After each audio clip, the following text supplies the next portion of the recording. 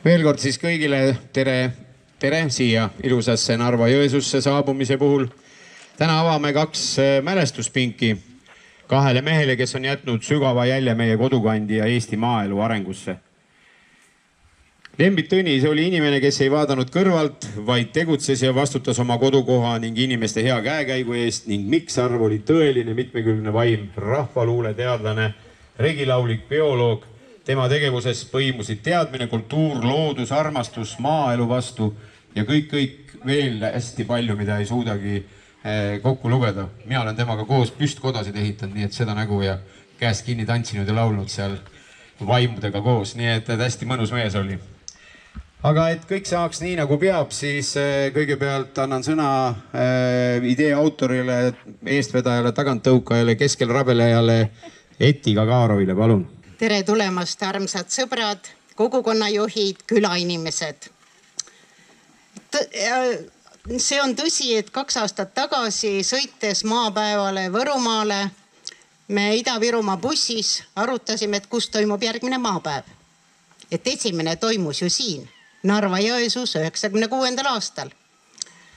Ja samas bussis tekkis ka mõte, et kui me toome selle maapäeva tagasi Ida-Virumaale, et siis selle kodukandi eestvedajad ja selle maapäeva eestvedajad, esimesed idee autorid olid ühed nendest meestest, Mikksarv ja Lembit Tõnis. Täna me olemegi siin paigas, kus 96. aastal toimus Eesti külade esimene maapäev. Sündmus, mis pani aluse liikumisele, mis on tänaseks kujunenud maaelu üheks tugevamaks ja püsivamaks tugisambaks. Siin said esimest korda kokku inimesed, kes uskusid, et Eesti küladel on tulevik, et kogukondade hääl peab kõlama, et maaelu ei ole midagi, mis lihtsalt juhtub, vaid midagi, mida me üheskoos loome.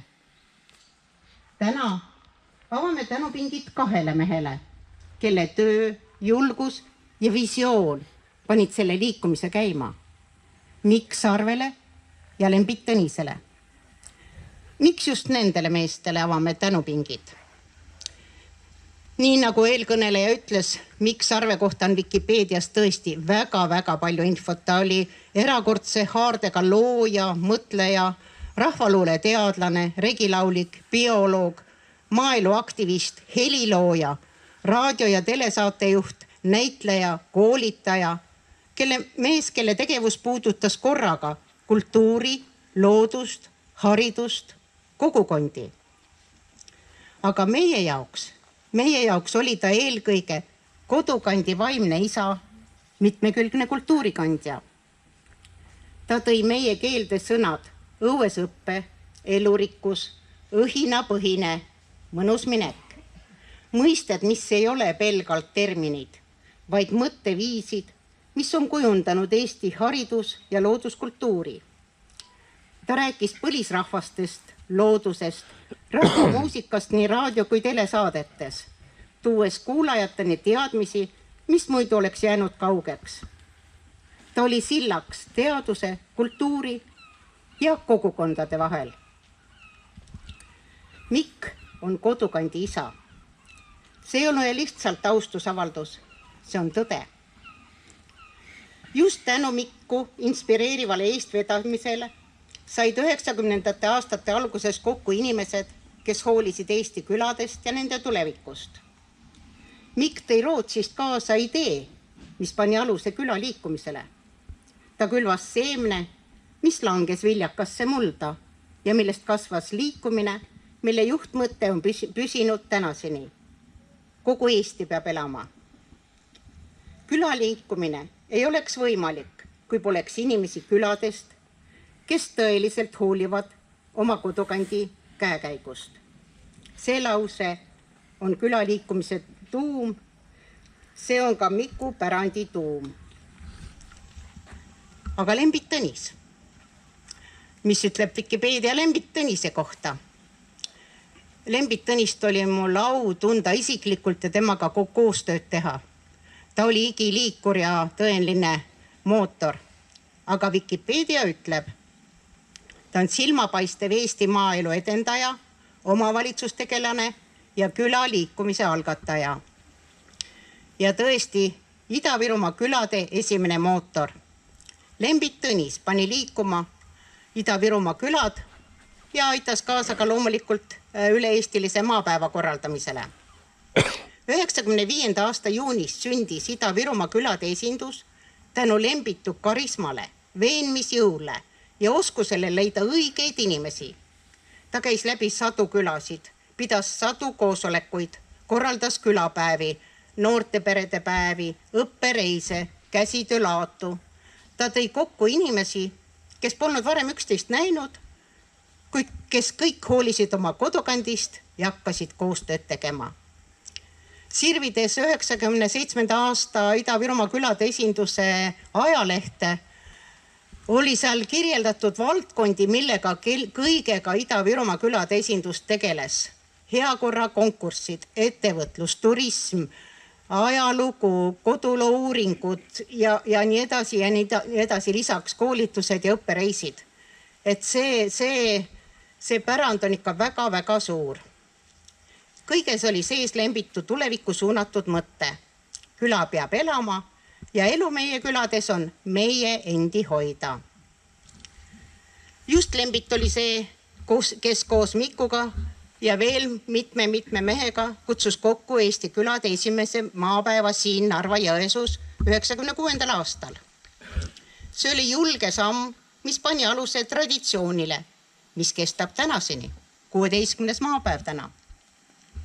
Lembit näitas kätte tee otsa, kuidas külade hääl saab kõlada üle Eesti. Tema töö ei olnud kunagi ainult Ida-Virumaa töö, see oli Eesti töö. Tema panus kodukandi sünniloosse on sama oluline kui kõigi teiste kodukandi eestvedajate panus. Aga täna me oleme pinkide avamisel. See on koht, kus mõte elab edasi, kus me mäletame ja meie ülesanne on seda tööd jätkata. Täna avame tänupingid, mis jäävad siia Narva-Jõesuu randa meenutama nende meeste tööd ja pärandit. Need pingid ei ole lihtsalt istumispaigad. Need on kohad, kus peatuda ja mõelda. Kohad, kus meenutada, et Eesti küla elab seni, kuni elavad inimesed, kes hoolivad. Kohad, kus Miku ja Lembitu mõte elab edasi.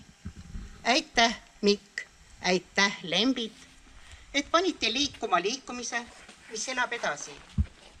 Aitäh, et uskusite Eesti küladesse. Aitäh, et uskusite inimestesse. Kogu Eesti peab elama ja tänu teile ta elab. Ja meie jätkame nende tööd. Aitäh! Sõna on Aare Hindremäel, Raplamaa Omavalitsuste Liit ja partnerluskogu esindaja. Palun. Tere keskhommikut, head sõbrad, koosviibijad. Mina tulen sõnumiga Raplamaalt. Meie Raplamaa partnerluskogu seltskond on teel Ida-Virumaa poole ja kahjuks Raplamaa Omavalitsusliidust ühtegi inimest siin ei ole, nii et mind delegeeriti anda edasi sõnum. Nüüd ma tegin natuke väikesi korrektiive, kuna eelpool kõneleja juba rääkis väga olulised asjad ära. Aga minul oleks selline sõnum. Mikk Sarv ja Raplamaa, kes neid suudaks lahuta? Mikk Sarv töötas Raplamaal 14 aastat, 1. jaanuarist 1987 kuni 31. detsembrini 2001 ja nüüd siis olulised seigad tema Raplamaa tööst. 1. jaanuaril 1987 kutsuti ta tööle Pirgu arenduskeskusesse nõuniku ja projektijuhi rolli. Raplamaa esimene maavanem Harri Õunapuu kutsus Miku maavalitsuse koosseisu kultuurivaldkonda juhtima ja seal töötas ta kuni 2000. aastani. Oma maavalitsuse kultuurijuhi töö kõrvalt suutis ta tegeleda paljude asjadega, olla paljude ideede algataja, organiseerija. Toon välja mõned seigad. 1989 oli ta Eesti Saami Ühenduse asutajaliige ja juhatuse esimees. 1991 Rapla tõlkijate ja võõrkeele õpetajate seltsi asutajaliige. 1993 Vabahariduse õpetajate seltsi asutajaliige. 1994 Vabaharidusliidu asutajaliige ja juhatuse esimees. 1997 Eesti külade ja väikelinnade liikumise kodukant asutajaliige ning 97–99 ka selle president. No neid nimetusi ja töökohti, mitte töökohti, aga neid ideid, millega Mikk välja tuli, neid on tunduvalt rohkem. Ja ka minul oli au tunda Mikku ja teha koostööd kohaliku omaalgatuse programmis.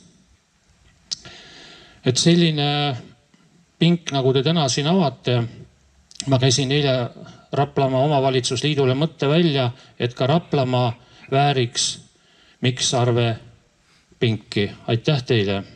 Avamine on meil täna niimoodi, et toimub nimesiltide peale kruvimine ja meil on selle jaoks 3 meest. Raim Sarv, Tanel Talve ja Meelis Kuusk, palun.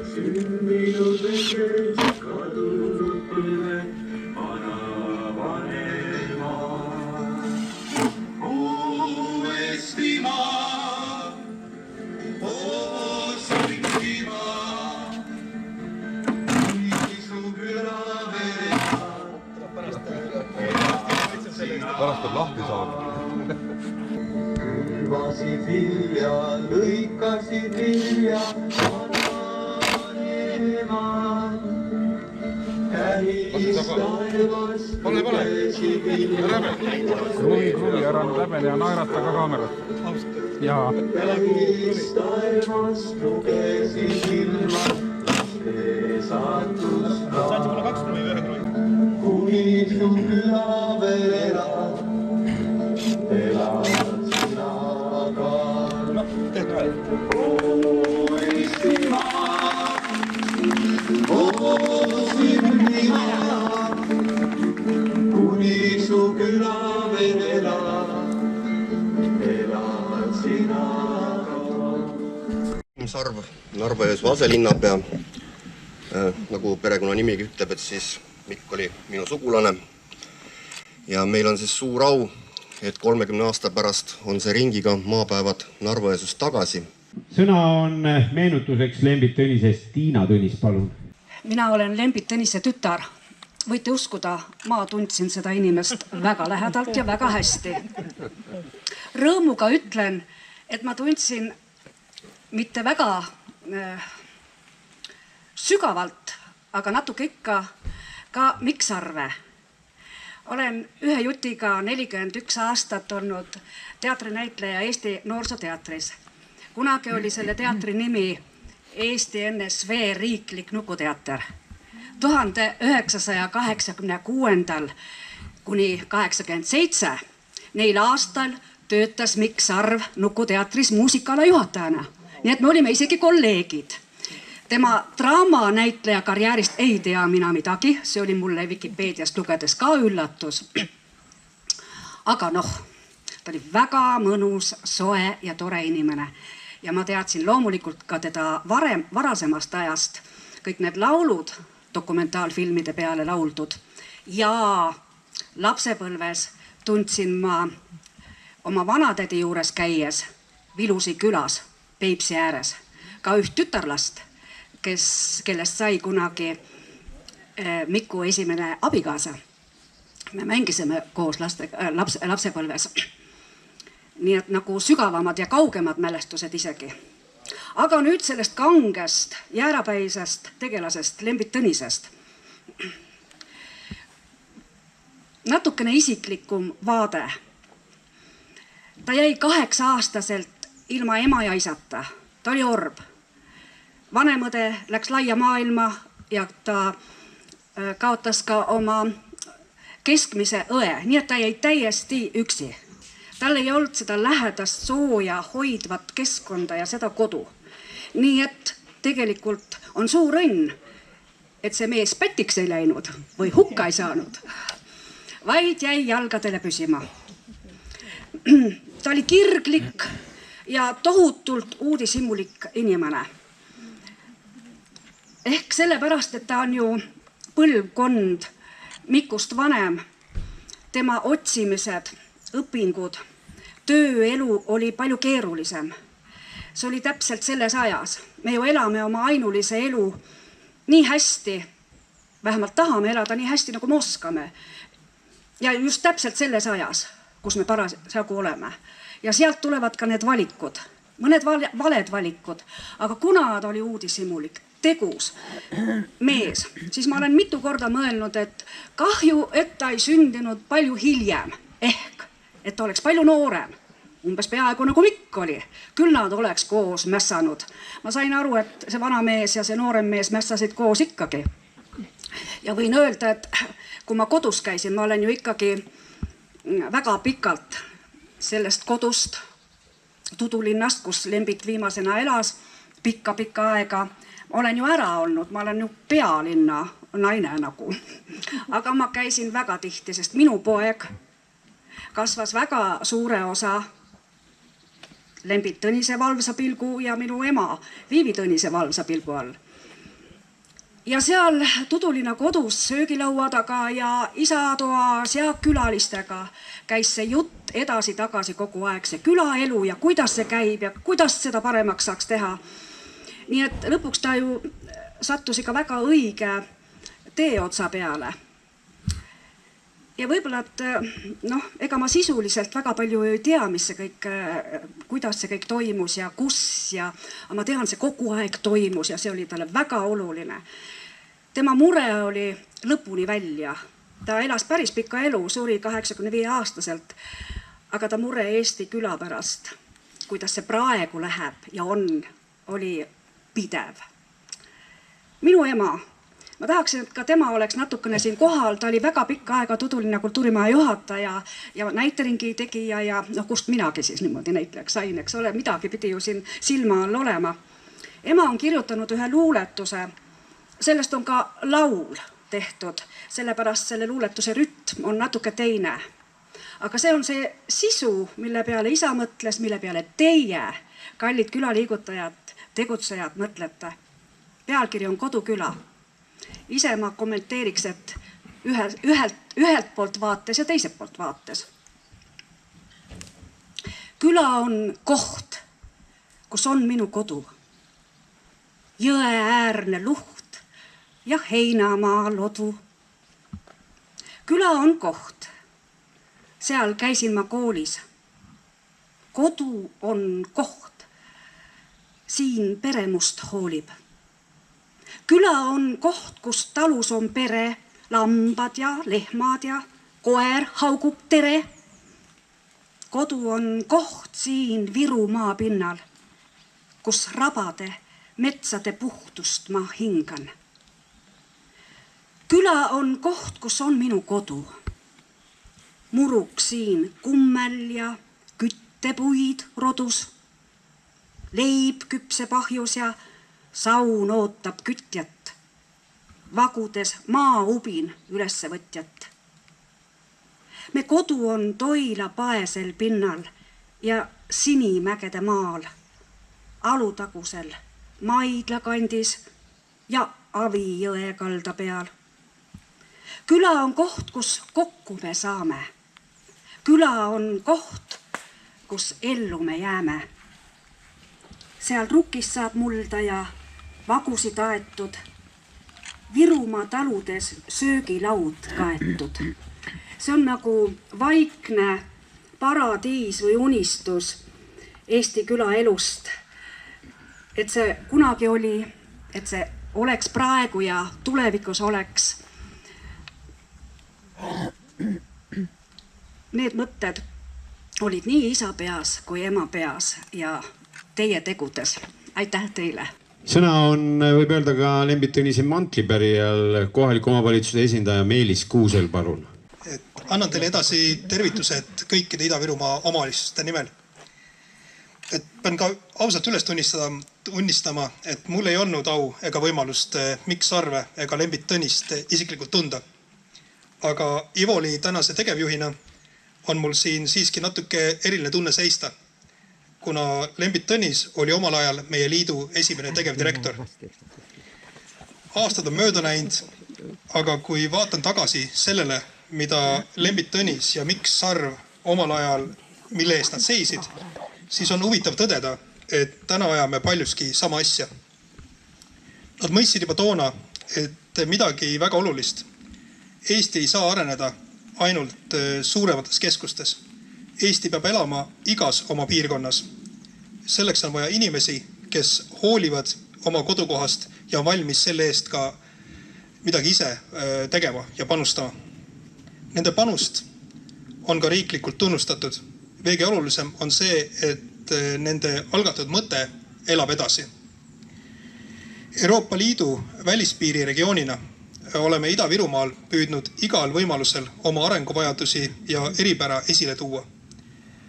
Nii riigi tasandil kui ka Brüsselis ning jätkame seda ka tulevikus ja edaspidi. Omaette küsimus on muidugi see, kui palju meid mõnikord kuulda tahetakse. Aga tänases geopoliitilises olukorras ei ole see ainult Ida-Virumaa küsimus. Kogu Euroopa huvides on, et piiriäärsetes regioonides oleks hea elukeskkond, töökohad ja toimivad teenused. Selleks on vaja teadlikku ja järjepidevat regionaalpoliitikat, mis tagab Eesti areng ei koonduks ainult Tallinna kuldse ringi ümber, vaid Ida-Virumaal oleks inimestel ka hea elada. Kui vaadata veel laiemalt, siis on tegelikult kogu Eesti Euroopa Liidu piiririik või piiriala. Ja me peame kõik ühiselt seisma ja kokku hoidma omavahel, et areng oleks võimalik igas Eesti piirkonnas. Ja siin jõuame tagasi selle sama lihtsa mõtteni, millega alustati siin 30 aastat tagasi.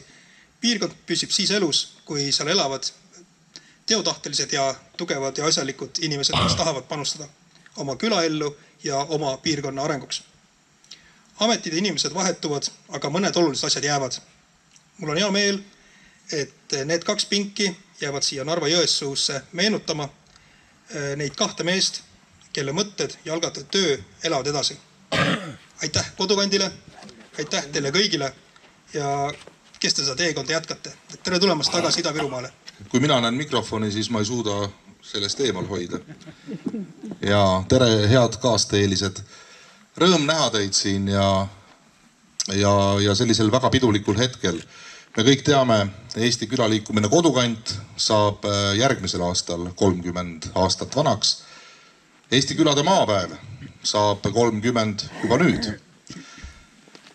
Ja mina tulen sellisest toredast väikesest Eesti külast nagu Voose ja too asustus kirjalike andmete järgi saab 785 aastat vanaks. Ja kui ma meenutasin sellel meie külasünnipäeval natukese seda pikka ajalugu ja mõtlesime seal üheskoos selles külas, et mis imemoodi me alles oleme. Meist on üle käinud selle 785 aasta jooksul kõik, mis üle annab käia. Küll on need olnud näljad, küll on need katkud olnud, siis on jälle nälg, siis on jälle katk ja siis on okupatsioon ja siis on küüditamine ja teate, Voose küla on ikka alles. Ja ma väga loodan, et me kõik oleme alles ka 1000 aasta pärast ja väga suur panus sellesse on kindlasti taolistel eestvedajatel, nagu need inimesed, kellele me täna need 2 pinki siin avame. Aga ma tahaks korraks ka meenutada seda lauset, mida Mikk ja Lembit mõlemad ju populariseerisid 90-ndatel ja mille pärast üldse kõik see külaliikumine alguse sai ja Kodukant alguse sai ja nii edasi. Et kõik on meie endi kätes. See oli nende juhtmõte. Ja ma, head kaasteelised, tuletan seda antud hetkel ka uuesti meelde, sest et ei ole vahet, kes on meil president, kes on peaminister, kes on kohaliku omavalitsuse juht või kes iganes. Tegelikult on tähtis see, mida te ise südames tunnete kuidas te südames ise tegutsete ja oma kodukohta edasi viite. Et selles mõttes ei tasu seda ära unustada, sest et ma olen tähele pannud, et mõnikord ikkagi oodatakse jätkuvalt, et keegi tuleb ja teeb. Ja siis on hea lihtne ka kiruda, et miks juba ei ole tehtud. Et me ju teame, et kui me ise ei tee, ei juhtu niikuinii mitte midagi. Nii et äge on olla järjekordsel maapäeval ja tunda seda mõnusat energiat. Meil on siin murdosa nendest küladelegatsioonidest, kes üle Eesti on siia nüüd kokku tulnud. Aga ma juba tunnen seda särinat siin. Ja see on nii paganama mõnus. See annab jõudu juurde järgmiseks 30 aastaks, ma usun vähemalt meile kõigile. Ja veel kord, väga tähtsad on need eestvedajad ja sädeinimesed ja neid tuleb tunnustada, neid tuleb ka meeles pidada ja meenutada, mismoodi kõik alguse sai. Aga me ei ole täna ju siin ainult minevikku meenutamas. Me oleme siin Ida-Virumaa külades laiali, arutame tulevikku. Nii et see on ka väga tähtis, et me mõtleme selle peale, mismoodi me üheskoos suudaksime edasi minna ja Eesti maaelule hoogu juurde anda. Nii et aitäh teile, head inimesed, et teie ka siin olemas olete. Oleks see minu teha, ma paneks teile kõigile pingid. Siin on terve pika allee veel. Ma usun, et Narva-Jõesuu juht ei ole midagi selle vastu, et panna mõlemad siit need servad täis, et kõigile need pingid panna. Sest uskuge mind, te olete kõik seda väga-väga väärt. Nii et aitäh meile kõigile ja palju õnne 30. aastapäeval, siis mis maapäeva puudutab ja uskuge mind, meie Eesti Külaliikumise Kodukant praegune juhatus võtab järgmise aasta juubelipidustusi väga tõsiselt. Ettevalmistused juba käivad, nii et ja veel kord, Kodukandi juhatus üksi ei tee jälle mitte midagi. Ikka teie kõigiga koos teeme selle 30. sünnipäeva ka ära. Nii et aitäh veel kord kõigile ja palun istuge ja mõtisklege siis natuke see elu üle järele. Selleks need pingid on. Aitäh!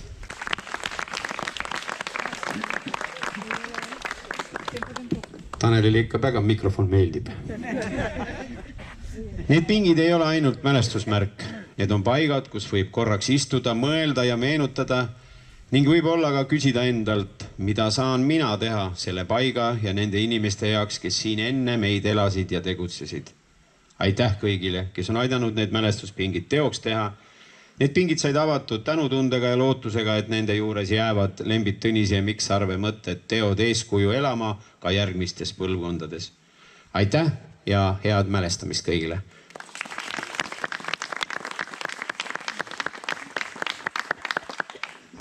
Meie avatseremoonia on sellega lõppenud.